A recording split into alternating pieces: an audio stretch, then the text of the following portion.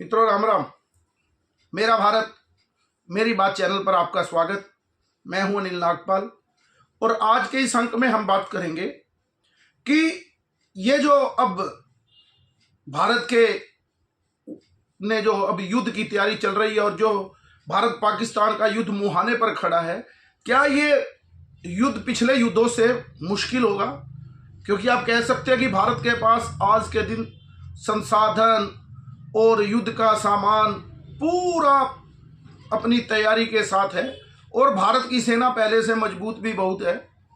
तो क्या ये युद्ध पिछले युद्धों से आसान होगा? लेकिन मेरा अपना आकलन अलग से है, क्योंकि ये युद्ध इतना आसान नहीं होने वाला।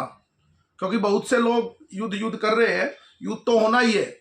हम भी यही चाहते हैं कि अब एक बार आर पार का फैसला हो, लेकिन ये युद्ध इतना आसान नहीं है। क्योंकि पिछले जो युद्ध हुए हैं और इस युद्ध में जो सबसे बड़ा अंतर है, ठीक है, आज के दिन हमारे पास सेना की शक्ति, राफेल जैसे विमान, ब्रह्मोस, S-14 400, बड़ी बड़ी मिसाइलें, ब्रह्मोस, सब कुछ है। लेकिन जो देश के अंदर के हालात हैं वो बड़े कठिन हैं। इसलिए सबसे ज्यादा जो दिक्कत, क्योंकि पाकिस्तान को समेटना मुझे लगता है कि भारत के लिए कुछ घंटे कुछ दिनों का ही काम है। लेकिन जो भारत में अंदर 100 पाकिस्तान बने हुए हैं, उनसे कैसे निपटा जाएगा? क्योंकि आपको ध्यान होगा 1962 का युद्ध, क्योंकि हम पैदा नहीं हुए थे लेकिन पढ़ा है किताबों में, इतिहास में, अपने बुजुर्गों से सुना है।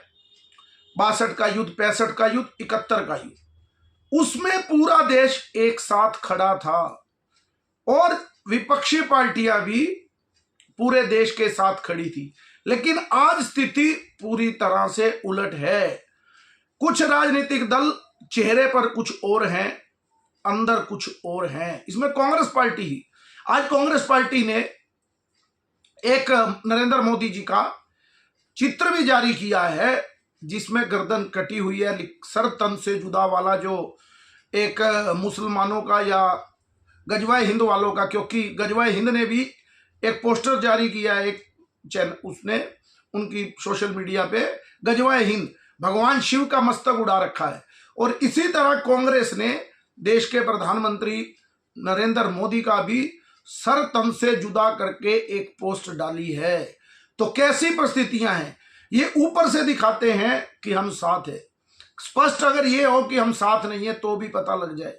क्योंकि जो छुपा हुआ दुश्मन होता है वो सबसे ज्यादा खतरनाक होता है, और बहरूपिया खास तौर पे, जो आपके होने का नाटक करता है लेकिन पीठ पीछे खंजर लेके घूमता है। अभी आपको मैं जैसे कह रहा था कि पिछले युद्धों में देश की सेना के साथ साथ राजनीतिक जो सत्ता दल था, उस समय प्रधानमंत्री थे, उनको कोई परेशानी नहीं थी। सभी दलों ने उसका केवल समर्थन नहीं किया, बल्कि जी जान से अपनी सेना और सरकार के साथ खड़े हो गए। आपको ध्यान होगा 1962 का युद्ध, जबकि सभी नेहरू जी को समझा रहे थे कि चाइना को अपना मत समझो, लेकिन नेहरू का चाइना प्रेम था। लेकिन अचानक से चाइना ने जैसे युद्ध किया, तो होना तो ये चाहिए था, अगर कोई देश के खिलाफ सोचते कि आपको तो समझाते थे, आपने हमारी बात ही नहीं मानी। लेकिन नेहरू ने अपील की तो उस समय के राष्ट्रीय स्वयंसेवक संघ के जो द्वितीय सरसंघ चालक पूज्य गुरुजी भी थे, तो उन्होंने पूरे संघ को इस काम में लगा दिया।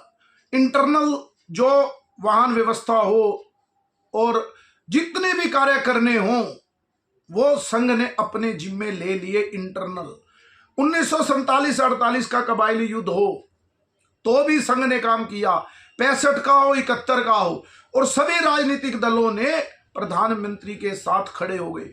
1962 के युद्ध में पाकिस्तान से, चाइना से भारत की हार भी हो गई।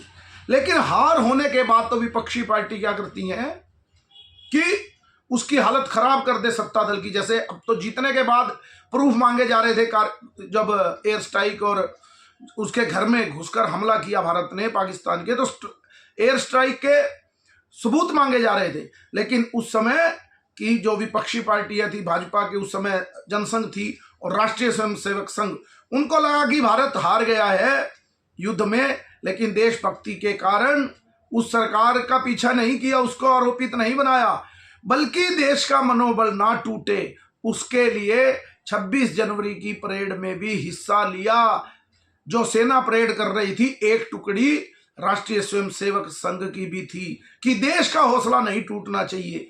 उस समय की परिस्थितियां और आज की परिस्थितियां कितनी ज्यादा भिन्न है, आप स्वयं से अंदाजा लगा लीजिए।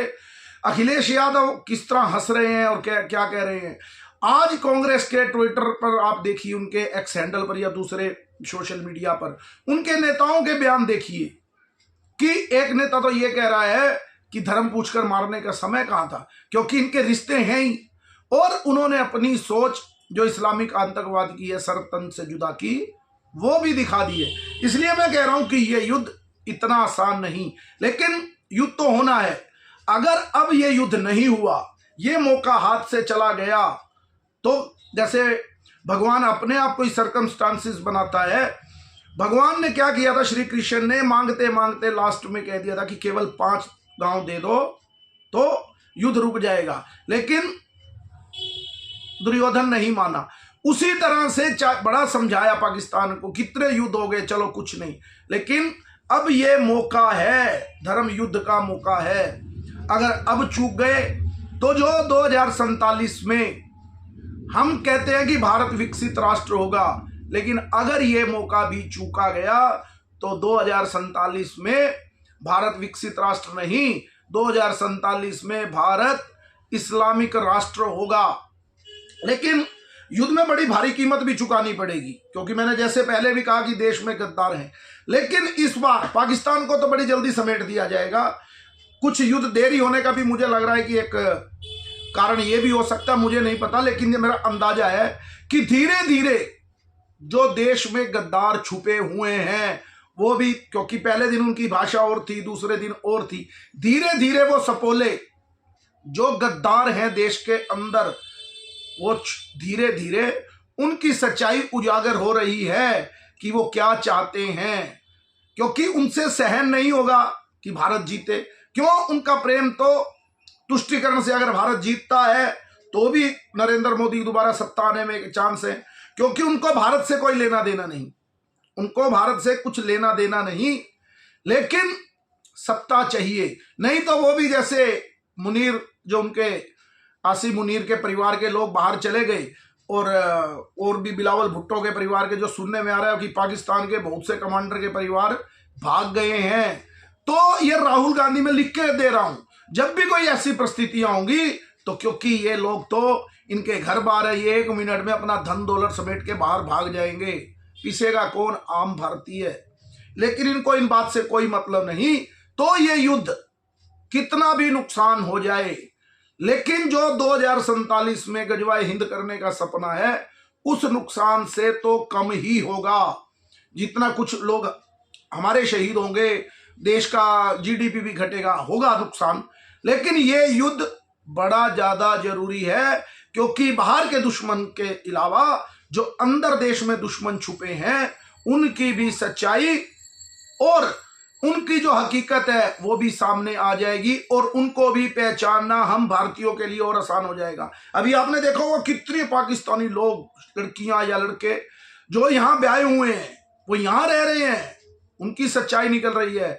आज ही अभी अहमदाबाद में एक बहुत बड़ी कॉलोनी जो तालाब पे बनी हुई थी, उसको नेस्ते नाबूद कर दिया, हाईकोर्ट ने भी आदेश दे दिया, और देश में कोई हलचल नहीं है। ये मौका भी है उन रोहिंग्या, बांग्लादेशियों और घुसपैठियों को निकालने का इस युद्ध के बहाने, यानी कि सफाई करने का सबसे सुंदर मौका। बाहर तो है ही है, लेकिन जो देश की सफाई भी इस युद्ध से होगी, वो भी इस देश के लिए फायदा ही होने वाला है।